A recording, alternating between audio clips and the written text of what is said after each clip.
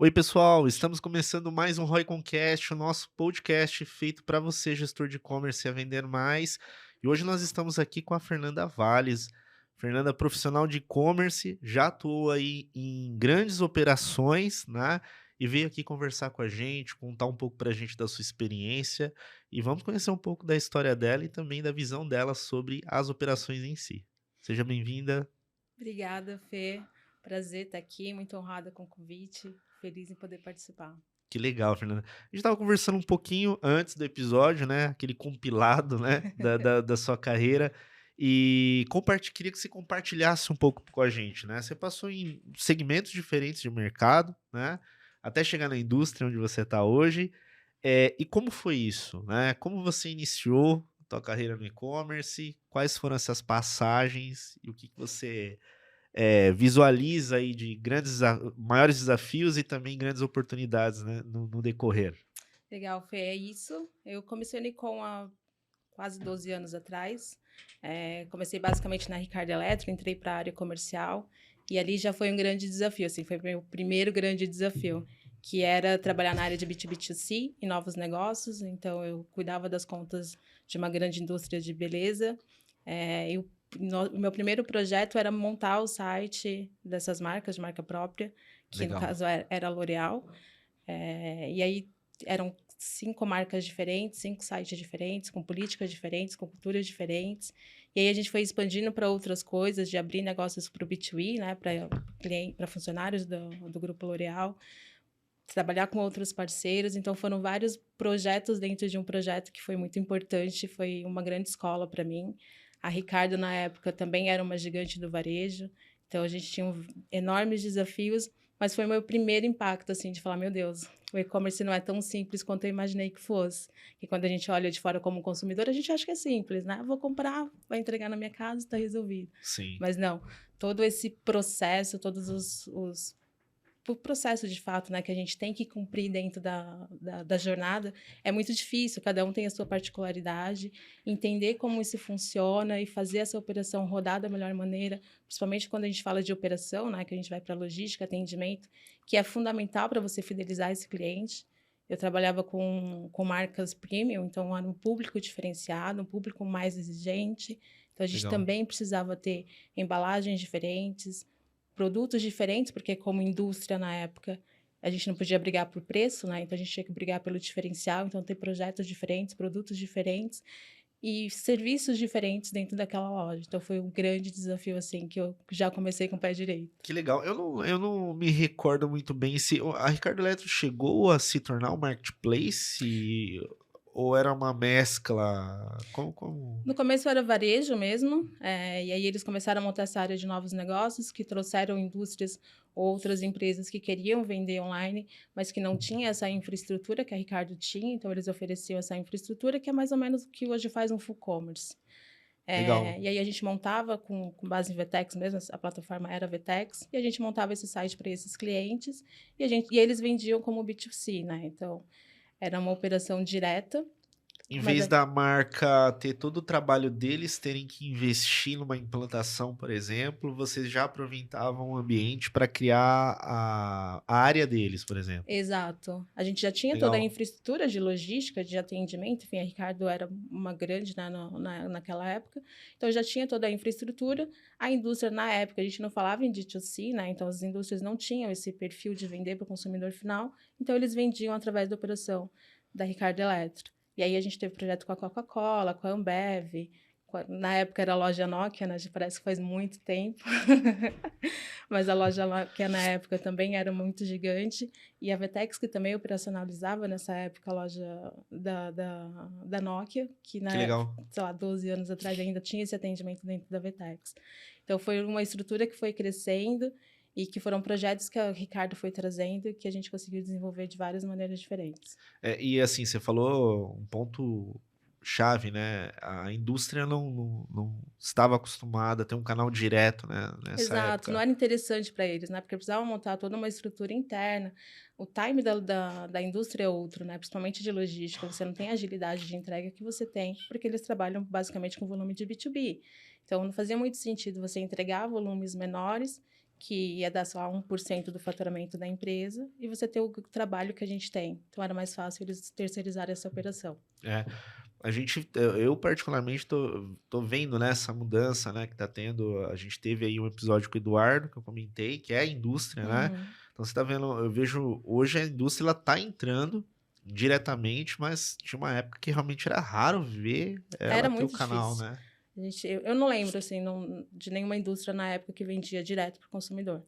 A gente teve a L'Oréal, e aí a L'Oréal tinha 5 lojas diferentes, 5 marcas diferentes dentro do grupo, que foram lançadas dentro da Ricardo Eletro, depois eles até mudaram de parceiro logístico, mas começou ali. E aí a gente também fez o projeto da Coca-Cola, que foi o primeiro site da Coca-Cola que vendia aquelas latinhas personalizadas, Perfeito. que também foi um projeto muito interessante, assim, foram vários desafios, porque a gente imaginava que ia ser fácil, que era uma operação tranquila, mas era um volume extremamente grande, e você tinha um serviço que você escrevia o nome na latinha, né? Então, você ia fazer uma festa, sei lá, e escrevia Felipe na sua latinha para dar na sua festa. Mas aí quando começou a operacionalizar isso, a gente entendeu que era muito difícil fazer isso, porque a máquina que fazia a impressão na latinha, ela levava muito tempo para fazer. Quando a gente fala de volume, imagina, um pedido que eu tinha que entregar 3 dias, ele jamais saía em 3 dias, porque cada latinha demorava 3 minutos para ser impressa. Então, foi uma operação que foi tentativa e erros e reajustes e ajustes que a gente precisou fazer no meio do caminho. Olha que interessante. Aí você passou, né, esse projeto que você destacou também, o anterior da L'Oréal, vamos colocar ali o segmento mais de talvez cosméticos, Isso, beleza? Aí você transitou para alimento, isso. tudo a ver. Exatamente. Durante a pandemia, basicamente, eu fui convidada para tocar um projeto de um cash carry, né, que era um clube de compras, do grupo Big, que hoje é o Carrefour. E era um projeto enorme, era um projeto extremamente desafiador, e para mim era totalmente novidade, porque até então eu nunca tinha trabalhado com varejo físico, eu nunca tinha trabalhado com loja física e nunca tinha trabalhado com alimentar.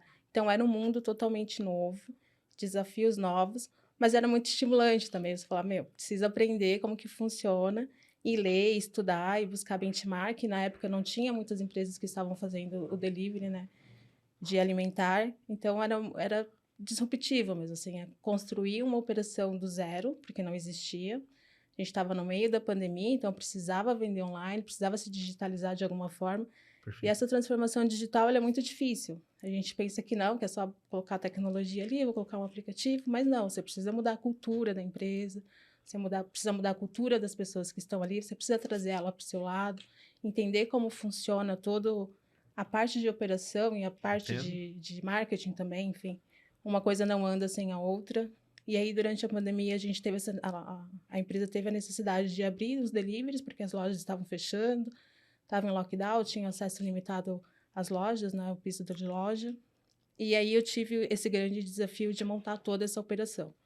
Desde comprar a embalagem, escolher, sei lá, como que a gente vai coletar esse pedido, vai ser no celular, vai ser com scanner, como que a gente treina essas pessoas, e aí, como você treina pessoas de piso de loja à distância no meio de uma pandemia, eu não conhecia ninguém, assim, era um time totalmente novo. Assim, só, né, agregando também, eu imagino que deva ser um baita trabalho, porque embora as grandes empresas elas têm uma capacidade maior de investir, né, pelo menos a camada financeira para realizar os projetos é possível, só que tem todo um envolvimento de áreas, né, de entendimento sobre aquilo, como vai influenciar no trabalho de uma determinada pessoa ali no dia a dia. Exato. Eu imagino que esse seja o maior trabalho, né, quando você vai modificar algo numa empresa já estruturada. Exatamente. Quando a gente fala de operação, eu brinco que a operação ela é o patinho feio, né? Não tem o glamour do marketing, do comercial, mas ela é fundamental para que tudo funcione da melhor maneira e para que a entrega e a experiência do cliente seja 100%. Então, o planejamento foi muito difícil, assim, mas era um planejamento que precisava ser rápido, porque a gente precisava abrir. Então, vamos fazer e a gente vai mudando a roda com o carro andando. Perfeito.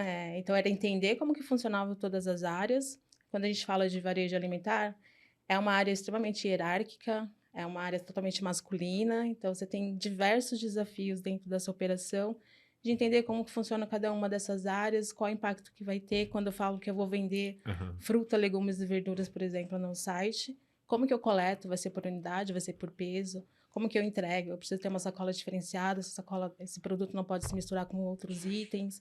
Então, são impactos que até então eu não tinha grande noção. Fui aprendendo no piso de loja mesmo, conversando com o diretor, conversando com os funcionários da loja, para entender qual era o impacto em cada um e a gente desenhar um processo e um projeto que fizesse sentido, que fosse saudável e que fosse viável, principalmente, né? Legal. Porque é caro, é uma operação cara, é uma operação difícil, porque a gente está falando de um público que é mais exigente, que é um público A, B, o ticket médio era alto, a cesta era grande, então, quanto que era o meu custo de embalagem, que também era muito custoso, e hoje em São Paulo, principalmente, a gente vende a sacola, né? Sim, Você não dá a sacola quando você vai no mercado, você precisa comprar. Mas no online, como você cobra a sacola? Se eu não sei a quantidade de sacolas que eu vou usar para aquela compra.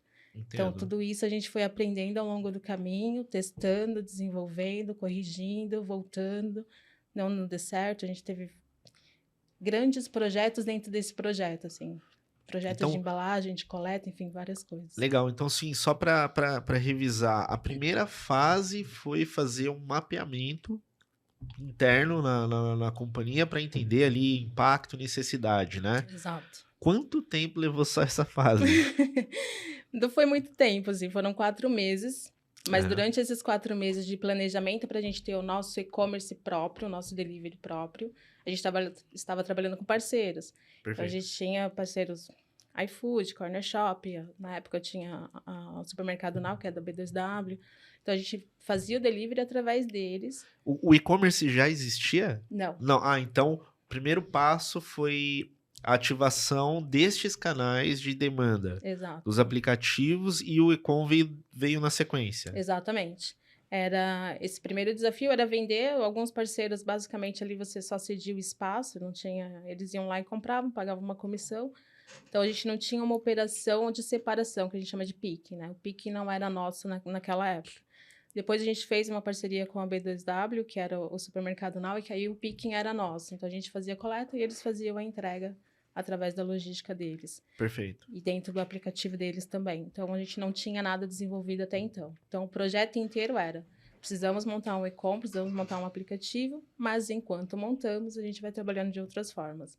E aí, Legal. montando o site, a gente trouxe a operação para internalizar, né? Então, toda a coleta era nossa, a venda era no site ou no aplicativo, a coleta era nossa, a logística era nossa, toda a parte de estrutura era na época do Suns Club. Então, Que legal. a operação era inteira nossa. O bom é que você teve uma visão da operação primeiro, né? De como que essa Exato. dinâmica ia rodar, porque esse é um ponto que você destacou que é super importante, né? Às vezes a gente olha o e-commerce todo bonitinho no digital, né? As campanhas, tudo legal, só que por detrás é um baita trabalho para fazer o produto chegar até aquele Exatamente. consumidor, né? E aí a gente brinca porque essa integração com as áreas era extremamente importante, né? Principalmente quando a gente fala de comercial e marketing, porque é isso, o marketing, vamos vender, sei lá, carne no delivery. Pô, legal, todo mundo quer ter, na época, principalmente de pandemia, tava todo mundo em casa, todo mundo virou um pouquinho MasterChef, né? Então, vendia-se muito o alimento por aplicativo. Mas como que eu entrego? Como que eu faço a separação? Onde eu armazeno até um motoboy vir buscar esse produto na loja? A gente tem espaço, a gente tem uma geladeira, a gente tem uma embalagem térmica. Quanto tempo vai levar essa entrega? Eu vou ter um carro refrigerado? Entendo. Então, assim, toda essa operação é entender mesmo, de fato, como que funciona. Segurança alimentar, treinamento, embalagem diferenciada, porque não podia se misturar. Então, tudo isso foram aprendendo ao longo do tempo, assim. Vou fazer treinamento com segurança alimentar para entender o que que vai com o que eu posso trabalhar aqui. Vou fazer treinamento com segurança do trabalho, porque eu preciso saber como que eu rodo com o carrinho dentro da loja. Certo. Entender como que funcionava, por exemplo, que é um processo que a gente ficou, assim, meses, que era fazer a rota dentro da loja. Qual o caminho que o coletor vai seguir para que ele colete o produto, o pedido, de forma mais rápida, de forma mais eficiente e que os produtos não fiquem estragando ali parados dentro do carrinho, que não fique amassando, o que que vai primeiro. Então, a gente fazer isso, assim, era pegar, de fato, a planta de todas as lojas, entender qual corredor tinha o quê, qual caminho era mais fácil, onde que era o posto dele de coleta, né, de armazenamento, como que ele ia sair, qual caminho que ele ia seguir, Onde que ele ia armazenar os resfriados congelados? A gente tinha onde armazenar? Não, então vamos Entendo. comprar geladeira. A gente... Cada detalhe acaba sendo importante, né, Exatamente. Fernanda? Você falou do comercial com o marketing, né? Como que é a dinâmica dessas duas áreas? O que que o comercial ele agrega dentro de uma operação alimentar, né, por Uhum. exemplo, para o marketing, né, estruturar comunicação, campanha? Quais são os aspectos ali que são fundamentais, né, na tua visão? Eu acho que principalmente a negociação com a indústria, né, para que a gente conseguisse oferecer produtos e a gente tinha uma curadoria. Então, o- a minha bandeira na época, ela existia uma curadoria, então ela não vendia uma gama muito grande de produtos. Ele tinha uma quantidade limitada de SKUs que eram vendidos dentro da loja. E dentro dessa curadoria, o que, que a gente vende que é interessante para o delivery? Porque nem tudo é interessante para o delivery, porque a logística de entrega é muito difícil. Certo. Então, vamos vender churrasqueira? Vamos. Mas como que eu entrego essa churrasqueira? Eu tenho logística para isso? Vou vender, por exemplo, o FLV, né, que são frutas, legumes e verduras. Quase ninguém vendia. A gente foi muito inovador nessa venda, porque era muito difícil. Você vai vender, por exemplo, e aconteceram vários erros nesse processo, por exemplo, do FLV, é muito curioso, engraçado. A gente começou a vender verduras, e aí a gente falava, vamos vender por unidade ou por quilo? Eu compro banana por unidade, eu compro banana por quilo. Eu compro 1 quilo de banana, eu quero 5 bananas para comer um dia da semana. Aham. E aí o piso de loja era diferente, porque era uma galera que era muito inicial também, para eles era novidade, as pessoas não tinham esse contato tão grande com o delivery. Então aconteceu algumas vezes da pessoa pedir 5 bananas e receber 5 quilos de banana. Nossa. De vender 15, sei lá, cenouras e receber 15 quilos de cenoura. Assim, eles não tinham ainda essa sensibilidade, esse feeling de que, pô, tá errado, ninguém vai pedir 50 quilos de banana. Eu vou ligar para Não é, confirmar. Mas a não é gente um já pedido, entregou. não é um pedido comum de ser feito, né? Exato. Mas É, assim, na época a gente acabou entregando, porque não sabia. Então não tinha esse treinamento, como foi tudo muito rápido, tudo muito à distância também. Era muito novo para todo mundo. Então, quando você estava ali na coleta e a pessoa precisava entregar, a gente começou a desenvolver os KPIs em cima desses resultados que a gente tinha. legal. Então, um dos nossos principais KPIs era a ruptura. Eu não podia ter ruptura, porque o meu cliente pagava o frete, ele queria receber o pedido dele inteiro. Então, não faz Perfeito. sentido. Falar, vou fazer um... No começo era muito compras rápidas, assim, sabe? Vou fazer um hot dog, preciso comprar pão, ketchup, mostarda, enfim, batata palha. Se eu não tenho pão, eu não tenho mostarda, faz sentido eu entregar batata palha para ele, ketchup. Então, Sim. isso era um treinamento que era muito constante para a pessoa começar a ter esse feeling de que o que ela precisava fazer ou não. Porque senão ele fala, não, vou coletar o que tem e entrego. Mas imagina você receber. Você fala, não faz sentido eu receber só metade do pedido que eu queria. Entendo. Partindo desse ponto, você também passou por um full commerce, né? Sim, Você passou pela Sinap, ou né? isso. Qual que é a dinâmica agora, né? Passou ali cosmético, depois alimentos, aí vai para uma full commerce, que eu imagino que talvez você atendia vários projetos simultâneos, operações diferentes. Na Como que verdade, eu foi? fui para o full commerce por conta da L'Oréal. A Aham, L'Oréal saiu da Ricardo, foi para um outro parceiro. E aí eles me convidaram para tomar conta também, para gerenciar as lojas dele dentro desse novo parceiro. E aí eu fui para o full commerce, que era um mundo pouco parecido do que eu já estava fazendo, porque a gente acaba olhando o 360. Mas o full commerce é uma grande escola, assim, porque de fato você é o dono do negócio, você tem que entender de tudo, você tem que olhar para tudo o tempo inteiro. E aí, como você disse, você não olha só para uma conta, você tem diversas contas que você olha de entendo. segmentos diferentes. Como eu tinha várias contas dentro do grupo, eu não agreguei outras coisas. Comecei a trabalhar com calçados e aí falei, não dá. Não dá para cuidar de 7 lojas mais um outro negócio. Então, foi muito legal. Até esses dias encontrei o CEO da empresa e a gente conversando sobre isso, falando: Meu, a gente fez loucuras, porque na época era muito novo o projeto de full commerce também. Então, eles foram agregando marcas e a Uhum, gente foi aprendendo, mesmo na tentativa e erro, né? De, pô, não é esse o caminho, vamos tentar de outra forma.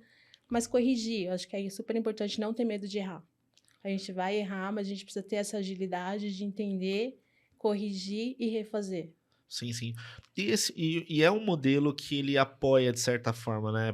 Por exemplo, eu vejo muita indústria aderir, Sim. né, a operações de full commerce como solução. talvez seja por conta de experiência, né, em atuar no digital ou com uma operação de e-commerce, né, mas eu visualizo como uma grande solução para várias indústrias, né. E aí você tem a tua conexão agora com a indústria, né. Hoje, Uhum. qual a operação que você está? Hoje eu estou na Singer, é uma indústria de máquinas de costuras e acessórios para costura, que também é um projeto totalmente diferente do que eu toquei até então, um E desafio e eu novo. falei pra você, né, tá, pessoal, ó, é uma indústria especializada em máquinas de costura, então a gente vai aprender com a Fernanda sobre esse mercado, que é a primeira vez que a gente tem alguém desse segmento aqui. Legal. Eu também aprendi, assim, trabalhando, né. Aham. Quando eu recebi a proposta, eu falei: "Conheço o Singer", a gente tem muito uma memória afetiva com a Singer, né. Certo. Ah, minha mãe costurava, minha avó tinha uma máquina de costura, enfim, tinha mais essa memória, mas não era uma relação que eu tinha direta. Eu não costuro, nunca tive essa experiência. Mas é um mundo enorme, é um mundo muito legal. A gente chama eles muito, eles são muito de lovers, né? Assim, tem os Singer Lovers, eles são muito, têm essa relação muito afetiva. É uma indústria muito grande, a Singer é líder de mercado, é sinônimo de categoria. E eu não tinha Legal. essa ideia antes. Assim, para mim, Singer é uma máquina de costurar, mas hoje em dia ninguém costura. Não, muita gente costura. Costura tá em tudo que a gente E faz o tempo inteiro. é isso que eu ia te perguntar, e como que é de fato o mercado? Porque, por exemplo, eu acredito que você possa ter desde o consumidor final ali, alguém que quer, né, Uhum, fazer em casa, até indústrias, não exato. é, de fabricação de roupa, o que for, né. Como que é essa divisão? Como que é essa dinâmica, né? A maior parte é consumidor, a maior parte é empresas que estão fabricando. Uhum. Hoje eu cuido da parte de D2C, né, então eu trabalho venda direto ao consumidor, mas o B2B é o ponto Ah, mais forte. são duas, São 2 segmentos 2, diferentes. ambos e-commerces? Não, o Não, B2B não é e-commerce, é distribuidor, tem um outro certo. time, eu olho só para o online. Mas é enorme, tem uma gama muito grande de pessoas, tanto de quem faz artesanato, de quem faz por hobby, de pessoas que fazem bordado, de faz patchwork, que são Legal, aquelas montagens com tecidos. Mas tem muita opção. E é um mercado muito grande. É um mercado muito afetivo também. Então, eu comecei a trabalhar muito mais com influencer, que até então a gente não usava. como que É, funciona a dinâmica do influencer com esse tipo de produto? é legal Como porque que é é a isso. campanha? É uma relação muito próxima que eles têm. Assim, as influencers, elas têm muitos seguidores, elas têm essa relação muito próxima porque elas ensinam como que usa. Como você começa a costurar? Você não vai fazer um curso de corte e costura. Você vai Aham, procurar uma influencer que faça o tipo de produto que você quer, o que você está ali buscando. Então, elas têm uma relação muito próxima com os seguidores deles. É, e é um outro mundo, assim, para mim era uma outra coisa, assim. Eu não tinha trabalhado com influência, então também aprender a trabalhar com elas, ver o que fazia sentido, tanto para a gente quanto para elas, porque como indústria a gente não briga por preço, então tem que buscar aham. o diferencial. Assim, gera muito conteúdo, a gente tem muito conteúdo por ser líder de categoria mesmo. Como que eu trago esse conteúdo? Como que eu aproximo o consumidor? E aí o e-com não tem só o papel de vender para o consumidor final, mas ele também tem o papel de vender para todo mundo, assim, para fomentar a marca dentro do online, para trazer, para gerar esse interesse, por mais que ele vá comprar numa loja física, porque são produtos que de repente você quer saber como funciona, você quer tirar uma dúvida. Então a experiência de loja ainda é muito importante. Legal. Então, além da indústria, tem as lojas físicas também, A gente como não tem marca canal? própria, só Ah, vai para os isso, só para o revendedores. distribuidor. Legal, legal. Eu fiquei muito curioso essa questão do influencer que você comentou, porque a gente vê muita estratégia de influencer rodando para cosméticos, Uhum, moda, alimento, né? exato. Como que é esse planejamento? Essas influenciadoras, influenciadores, são mais nichados, específicos? O que eles são? São profissionais da área? Sim, são profissionais da área que cada um tem uma especialidade diferente, né. Então tem alguém que gosta de fazer bonecas e ela costura bonecas com a máquina Singer. Então o que que ela usa? Qual acessório que ela usa para fazer aquele modelo? E aí tem Legal. outras que fazem bordados, outras que fazem patchwork. Então cada uma tem uma especialidade, a Singer tem uma máquina de costura para cada modelo, para cada segmento, que as atende. Então geralmente a gente divide pelas máquinas, pelo tipo de costura que elas fazem, qual o perfil do público que elas têm, e como que a gente faz isso, porque é muito mais de conteúdo. Ah, eu vou costurar, sei lá, uma blusa. qual que eu uso, qual o tipo de agulha que eu Ela já uso. dá aquela. É um passo a E ela passo. executa ali. Exato. Poxa, que legal. Trabalha muito com passo a passo, é muito dinâmico, é muito de conteúdo mesmo, de gerar conteúdo para gerar o interesse e gerar a necessidade. Quando a gente fala de máquina de costura, é um bem durável. Você tem uma Aham. vida longa. Então, não é uma recompra que você vai fazer daqui a 5 anos. Isso vai demorar. Muitas vezes a pessoa tem uma máquina a vida inteira, ou tem uma máquina que era da avó, da mãe, que vai passando de mãe para filho. Então, a gente vai trabalhando muito mais a comunicação de marca, posicionamento de marca, do que exatamente essa recompra, essa fidelização. Poxa, que interessante. E quais são os seus maiores desafios hoje nesse tipo de operação? Porque indústria Exato. nichada ainda, né? Qual que são os maiores, assim, que você enxerga? Acho que quando a gente fala de indústria, eu brinco com os amigos que quando a gente está no varejo, a gente fala, eu quero ir para a indústria, porque a indústria tem dinheiro, a indústria é mais fácil, eu quero ser cliente, eu não quero mais ser o atendente do cliente, né? Mas os desafios são outros. É você organizar para que você não tenha essa disputa de canal, que também é importante. A gente não consegue ter um posicionamento de preço, então a gente não briga por preço. A gente tem uma área extremamente hierárquica, então é entender também e processual, né? Então, assim, qual o processo de cada área, qual o impacto que o meu negócio tem dentro dessas áreas, como que eu consigo organizar para que eu também ganhe relevância internamente dentro da empresa, fazer as pessoas acreditarem no e-commerce, que também não é fácil, né? Quando a gente começa a falar assim, já é uma indústria de 170 anos, então já tem tudo muito bem estruturado para vender para o B2B. Mas como que a gente faz Perfeito. o B2C funcionar? Como que eu faço ter uma logística um pouco mais rápida, que eu consiga brigar por prazo porque já que eu não brigo por preço, eu preciso brigar por outros canais, por outros pontos, preciso brigar por prazo, preciso brigar por qualidade, enfim, eu tenho que ter alguns diferenciais para que eu consiga trazer esse consumidor para o meu canal. Legal. E quais são os principais canais de aquisição desse tipo de operação, né? De 2C que você está tocando? Quais Uhum. são os canais que realmente conseguem te trazer demanda? É Google, é o posicionamento orgânico, influencer é um, mas é mais para conscientização, né? Exato. A influencer, ela acaba fomentando o interesse pela marca. Legal. Mas o orgânico para a gente hoje é o principal canal. Por ser líder de categoria também, ser sinônimo de categoria, as pessoas buscam pela Cindy. E aí a gente vai para outras coisas, assim, como que eu não vou brigar no shopping? Não faz muito sentido a gente ficar brigando no shopping o tempo inteiro. Então, eu tenho produtos específicos, produtos exclusivos, que eu consigo até colocar no shopping, mas outros produtos não. Então, eu vou ter que buscar pelo orgânico, por fomentar a marca, com reconhecimento de marca, de Perfeito. produto. E aí é trabalhar produto. Acho que é o ponto mais importante que a gente tem hoje, é trabalhar produto. Para que Legal. serve? E aí, um dos que você falou de desafios, acho que o maior desafio hoje é você trazer novos consumidores também. Você não costura, você não faz ideia, mas sei lá, quero ter um hobby, eu vou costurar. Por onde eu começo? Qual tipo de máquina eu escolho? A gente não faz ideia. E aí, quando você começa a pesquisar, é um mundo. E aí você vai Sim, buscar influência, porque é muito mais fácil de você saber o tipo de coisa que você quer fazer. Mas você não tem um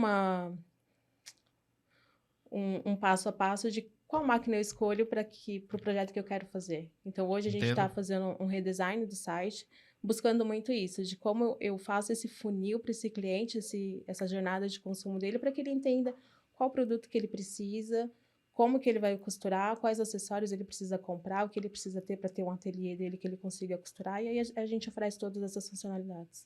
Perfeito. E essa questão de conscientização ela é importante em qualquer tipo de negócio, né? Exato. Eu acho que mais ainda em segmentos que tem um potencial ainda maior de crescimento. Porque assim, é muito mais fácil a gente vender produtos que as pessoas já tenham alta conscientização, né? Exato. Remédio, né? Um calçado. Lógico, tem desafios também ali para competir, Sim, tem claro. concorrente. Mas eu vejo que são segmentos que as pessoas, de certa forma, já sabem o que vai diferir é marca, qualidade ali. Agora você falou um ponto interessante. Pô, por que eu vou comprar isso? Né? Exato. Então, antes de ter uma campanha de conversão, por exemplo, as pessoas precisam entender do que se trata. Senão Exato. elas nem sabem, né, qual é a motivação de comprar E aí aquilo. o time de produtos É, entra muito nisso, né, assim, como que eu desenvolvo, esse projeto, essa máquina, enfim, essa linha de produtos, porque aí são perfeito. linhas diferentes. E quando a gente fala de máquinas de costura, mesmo quando o mercado não vai tão bem, a máquina de costura ela se mantém, porque ela também é um gerador de renda. Então, tem muita gente que Legal. costura como uma renda extra, além de, obviamente, de outras pessoas que fazem isso como trabalho mesmo. É, fugiu a palavra. Mas tem gente que costura muito para fazer uma renda extra. Então, faz ali pequenos ajustes, faz concertos. Eu vou, por exemplo, na pandemia, eu vou fazer máscara para vender, vou Perfeito. fazer boneca, enfim. Então, a gente continua sendo gerador de renda, o que é muito interessante, porque a gente acaba tendo essa busca também para as pessoas que querem. A gente tem vários projetos que a gente toca também, alguns projetos sociais, de fazer cursos de costura em algumas comunidades carentes. Então, são Que projetos que a legal. gente vai tocando em paralelo. A gente tem muito esse viés também sociocultural. E a Singer, ela é essa líder já há muito tempo, então se manter também como líder é muito difícil, porque é um Imagino. mercado que vai diminuindo ao longo do tempo, né, porque as pessoas acabam fazendo outras coisas, então você se manter e gerar esse interesse ainda é muito difícil. E aí, qual que é o teu objetivo dentro desse canal, né? Você tem uma meta de crescimento, ele tem que representar mais dentro da organização. O que que você está buscando hoje em relação ao canal aí?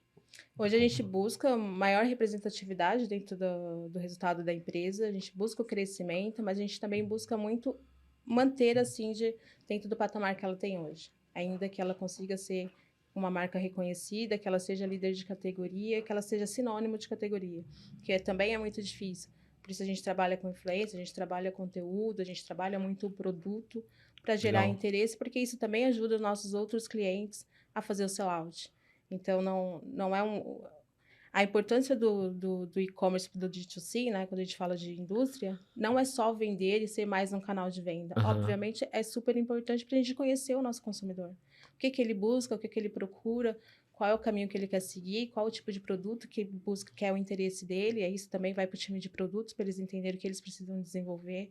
Então, acho que a importância não é só de ser mais um canal de venda. É Entendo. de tratar a empresa como um todo, entender o que o time de produtos pode aproveitar, o que o marketing pode trazer de inovação, o que a gente consegue trabalhar melhor. Serve como fonte, né, para desenvolver novas soluções, né? Exato. Né, Fernando? Porque sempre foi muito difícil para a indústria ter as informações do seu consumidor final, né? Quando você fala de distribuidor, de representantes, você não tinha informação do que ele estava buscando, quando ele vai na loja, o que ele compra. Você tem Legal. informação que eles te passam ali, mas hoje não, você é a principal fonte de comunicação.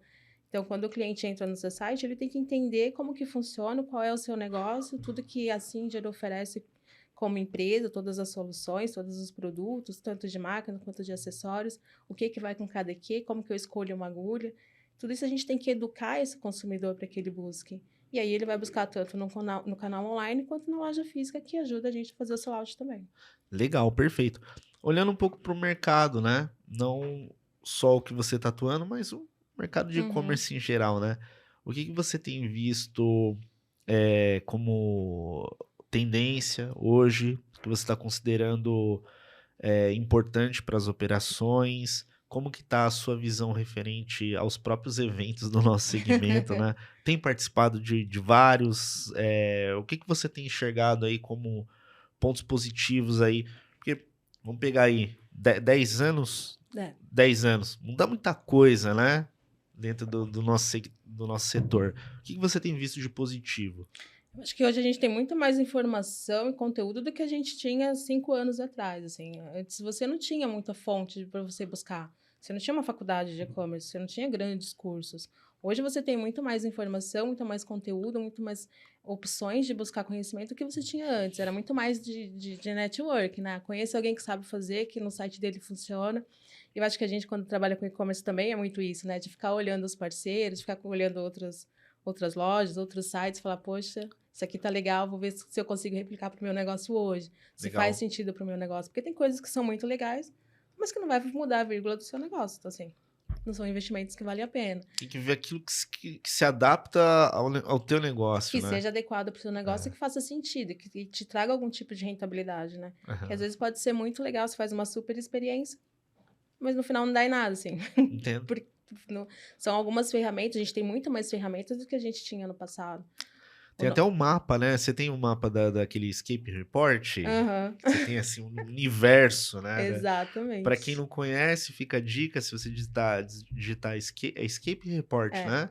Você tem um mapa aí do ecossistema do e-commerce, várias exato. empresas, soluções, e aquele negócio vai aumentando cada vez mais, né? Exato, porque você buscar essa parceria também, né? Aham. A gente sai de um mundo muito generalista para ficar muito mais específico, que eu acho que também é importante. Você buscar pessoas que saibam fazer, que sejam focados naquilo. Não adianta também pegar uma agência, por exemplo, que faz tudo. Ele não vai fazer tudo com a qualidade que a gente precisa. Então, é bom você diversificar, testar e buscar coisas mais específicas. Legal. Eu tenho visto essa questão da especialização, né? Exato. A gente passou por isso, né? Quando eu conheço aí o pessoal, a gente vai conversando, eles perguntam também da Ciclo. A gente teve a nossa fase 360, que a gente tentava fazer um pouquinho de cada coisa. Aí, 2018, a gente especializou 100% operações de e-commerce, né? Por quê? Porque, assim, por mais que o marketing ele é aplicável a todo tipo de empresa, a tua equipe, ela não vai ficar boa suficientemente se ela não for especializada. Então foi uma decisão que a gente tomou e eu vejo isso acontecendo no mercado de e-commerce pra caramba. Hoje você tem, né, agências de implantação, Exato. consultorias, outras só de criação, performance e De vai, né? SEO, enfim, tem várias. E É, isso, agora na sua visão que tá no e-commerce, né? Isso, na tua visão, é bom?